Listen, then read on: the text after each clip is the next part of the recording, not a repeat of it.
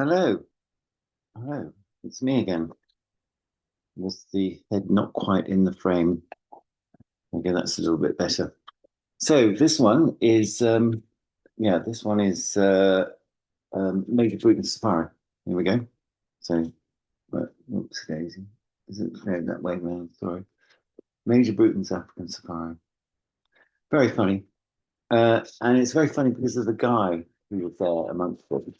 He was the uncle to some of the children, and well, I think he was amusing. He seemed to amuse the children, and the children enjoyed it. And we enjoyed him enjoying making the children laugh. And here's a little passage about the trip. So we went on a safari, but this is chapter 12, the Sese Islands. So the Sese Islands are in Lake Victoria. And we were very fortunate to stay with some people who had a sort of hotel there, if you like, and a wonderful cook who came with us to cook on the island, and we had lots of adventures.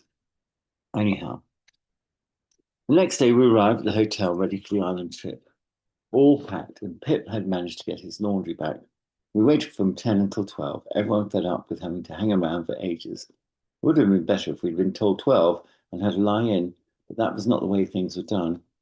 We were ushered into two Land Rovers, Duncan, Anthony, Pip, and the Major in the first, Susan, Matilda, Sam, Ollie, Aubrey, and I in the second.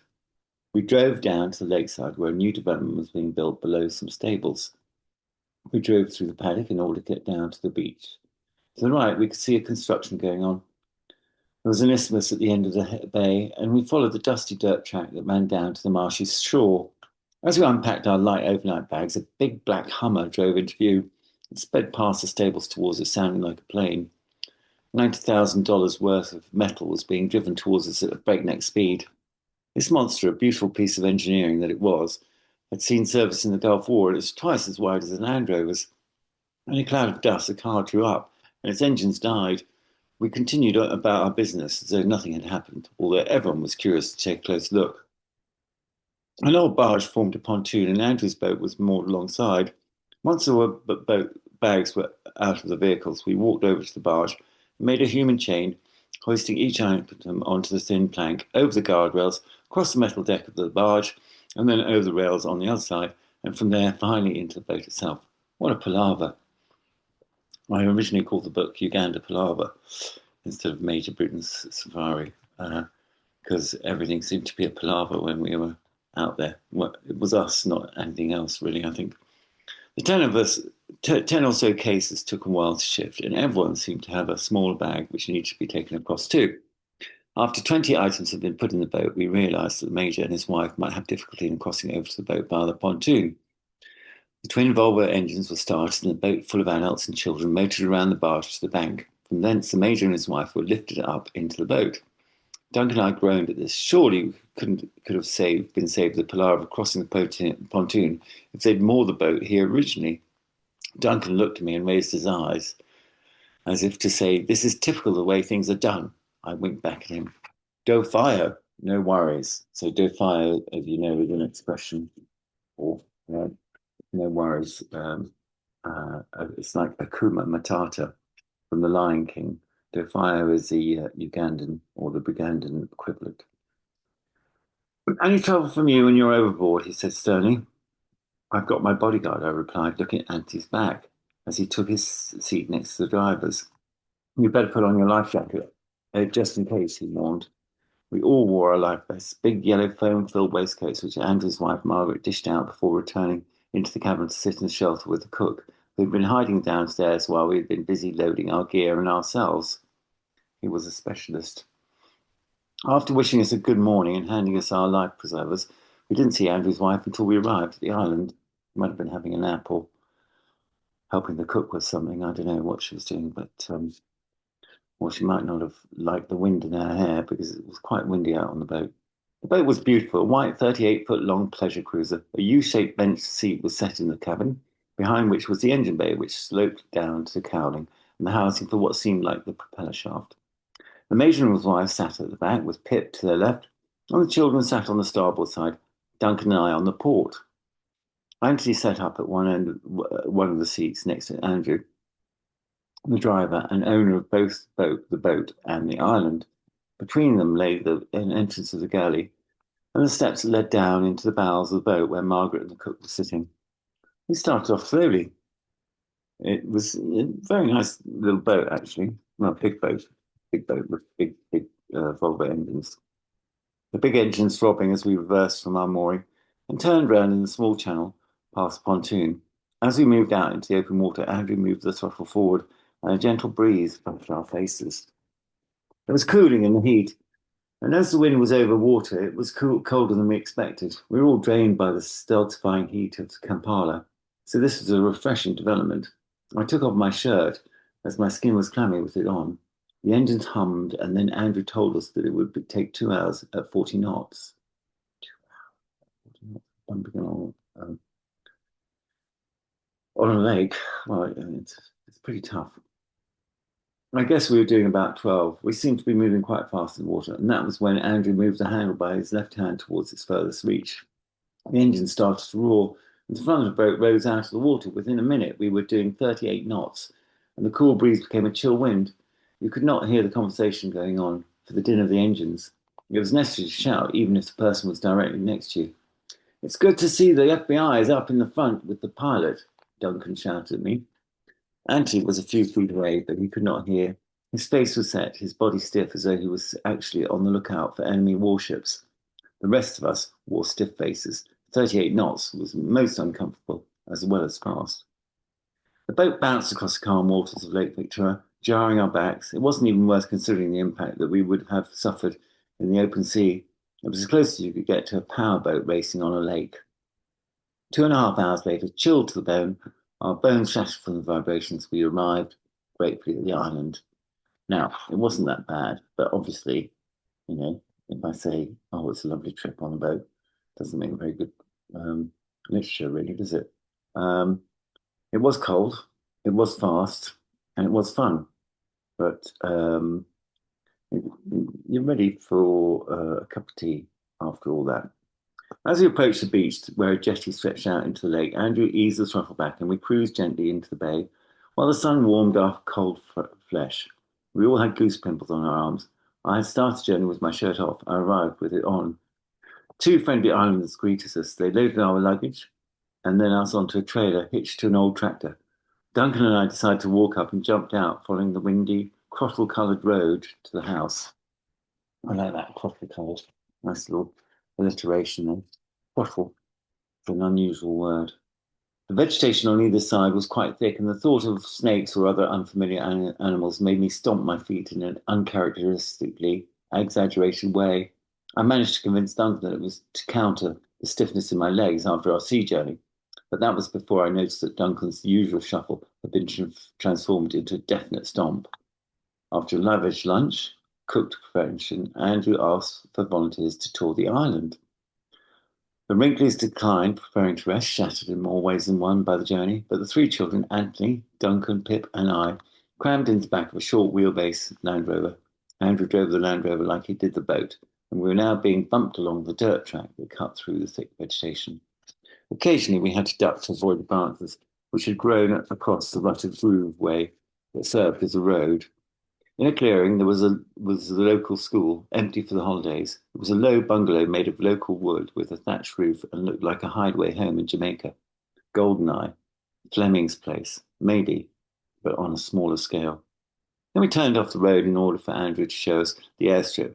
A trained fighter pilot, he was keen on extremes and he drove us up the 60-degree slope as though we were merely turning onto a tarmac road.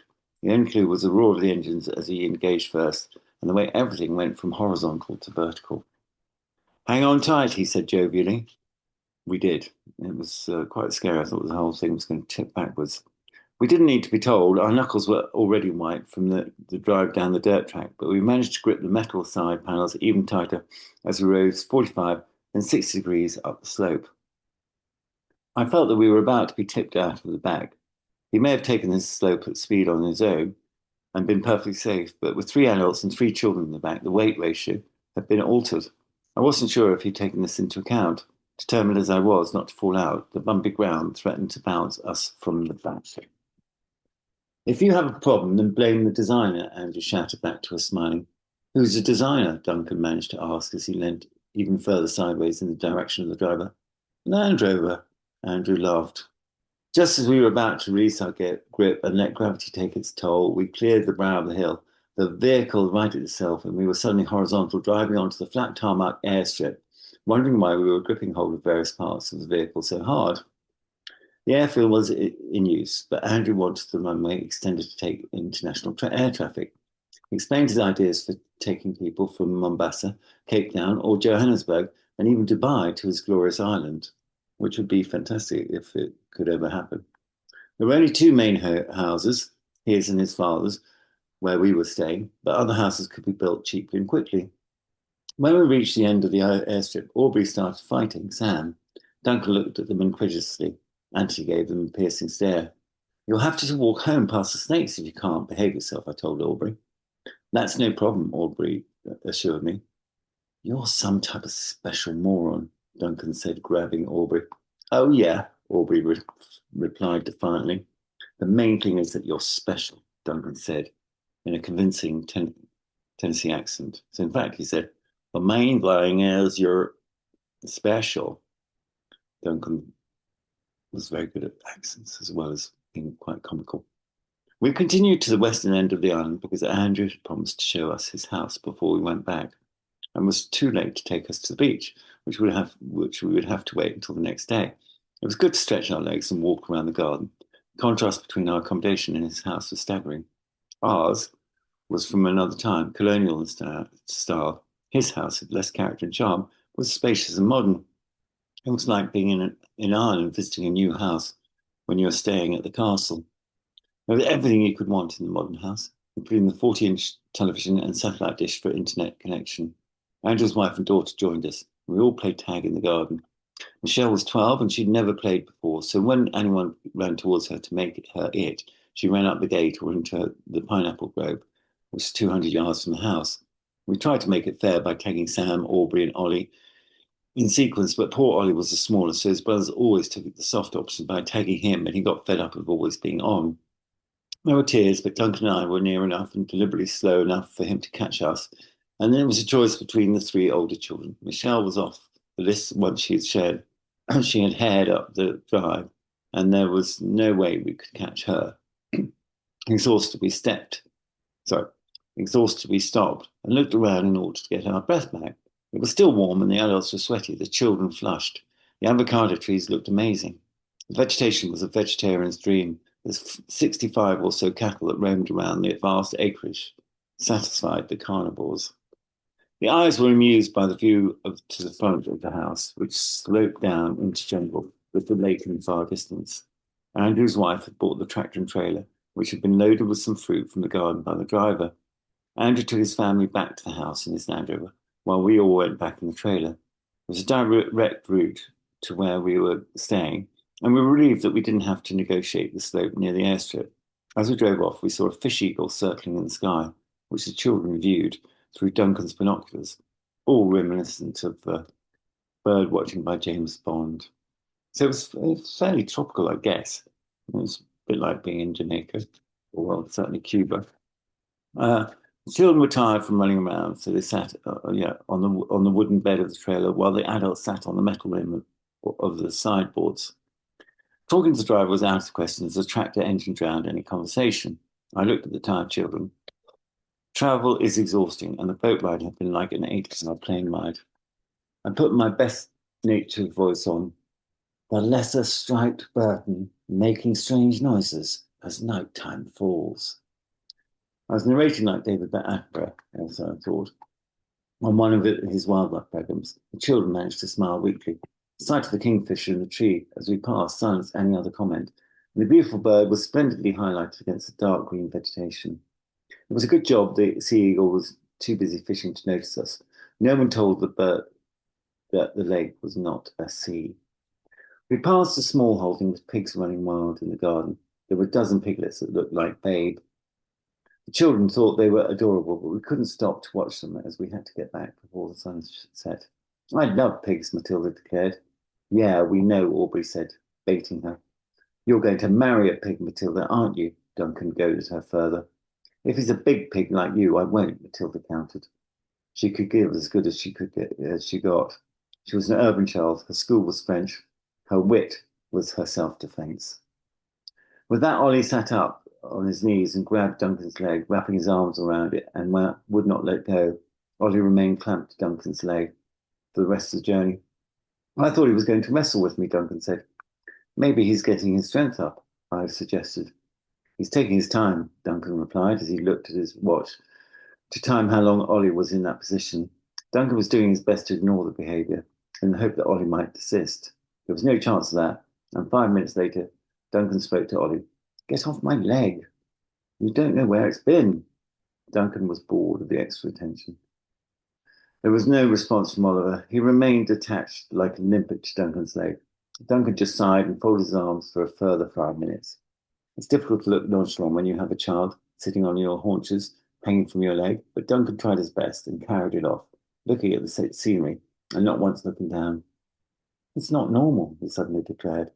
It was clear he was addressing his remark to no one in particular, and then he looked down at Ollie as though he had just noticed an unpleasant smell. Still, Ollie clung on. We're coming to a bumpy bit, the driver declared over his shoulder, barely audible. Everyone hold tight, Anthony ordered, shifting his arms and legs to brace himself for the undulating ride. And if you're holding onto a leg, hold on with your teeth. Bite hard, I added, watching with some satisfaction as Ollie sank his teeth into Duncan's leg. You've got to be careful what you say with children. I've never seen a man squeal like a pig, but that was the closest description of Duncan's reaction. He shook his leg, but Ollie just put his head back on Duncan's fibula as though nothing had happened. Ollie bit me, Duncan declared with a front, rubbing the part at the bottom of his femur, where I feared Ollie may have drawn blood. At least the jeans that Duncan wore seemed in one piece. What did you do? I asked. I bit him back, and so saying, Duncan bit Ollie savagely on the shoulder, and Ollie released his grip and scuttled over to the relative safety of the other children.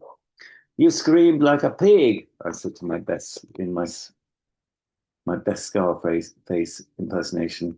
Well, it's not my best, but it was at the time. We returned to Andrew's father's house, where we had an invigorating cup of tea, a slice of sponge cake before we showered and changed into clean clothes for supper.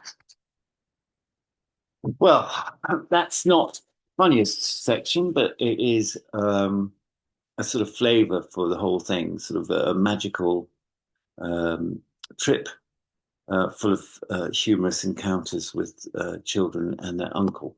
So give it a go. Major Bruton's Safari. Major Bruton's Safari. Yes, Major Bruton's African Safari, sorry. Yeah, because I'm sure he had others. And it's all there, the preparations for a coronation. So I was very lucky to be invited along with the family when my mother died, and they all looked after me. And so the book is not a diary, as I refer to in the book as it being a diary. It's a fictional account, and obviously I've exaggerated everything to make it more interesting and hopefully funnier to read. Anyhow, give it a go. I'm sure you'll enjoy it as a summer read, and it might even inspire you to go to Uganda, which would be lovely. Take care. Brilliant.